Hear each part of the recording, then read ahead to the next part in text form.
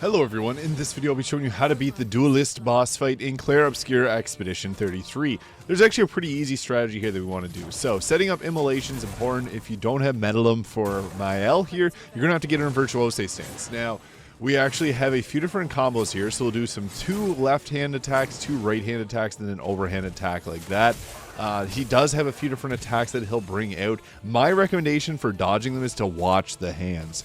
Now, Myel's entire thing is about getting her into virtuose stance and then using Verso here to use the marking shot. I'm not kidding when this will do an insane amount of damage. So whenever you have that set up, there's a specific skill that Myel needs, and it's Percee. So here again, he goes with this attack combo, and boom, there's a 3 attack combo, there's a 5 attack combo, a 2 attack combo, and then there's a jump attack combo. I recommend using an energy tinct on Myel here. You can get her to use the Flaret Fury, but you're going to see whenever you have Mark set up, Percee here does a ton of damage. It hits the damage cap most times. So basically, Verso's there to stay alive. He's going to be applying the Mark Strike. I use the Quick Strike there to get his perfection up. Now, Lightning Dance on Lune here was pretty useful. It does a good bit of damage, around 5,000 per attack. But the thing is, you need to have Burn set up. Even though it's strong against burn attacks, you're going to want to have that set up. Now, this attack here, it's going to have a single fire attack, and then he'll do one later where there's another attack that comes after that. So whenever he plunges his sword into the ground, just be mindful there may be another attack coming. Here's another attack that he likes to pull out. This is going to be the 3 attack combo. There's a bit of a delay on that 3rd attack there, so just be mindful of that. But Percee here, again, hitting the damage cap once again. You don't even have to be in virtuose stance if you're a little bit at a higher level.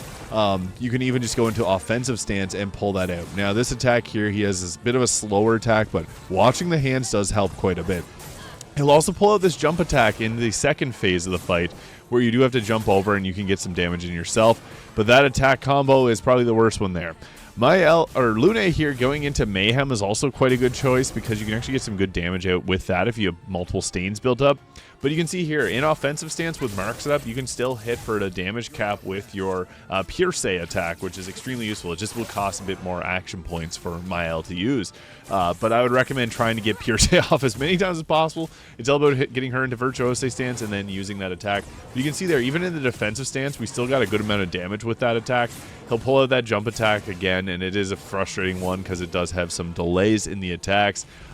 This was my first attempt at it, so I did end up missing a few of those dodges there. But you can see there, even using the defensive stance Percee, we're able to take him out pretty good because it does quite a bit of damage. Just continually spam that. Make sure you have Mark applied because that's going to be buffing up the damage quite a bit of that attack, and then you'll be able to do a ton. Now, that is a gradient attack to press the right trigger. It's a bit hard to get the timing down, but that is how to beat the Dualist in Clair Obscur Expedition 33. If this video is useful, please hit the subscribe button below.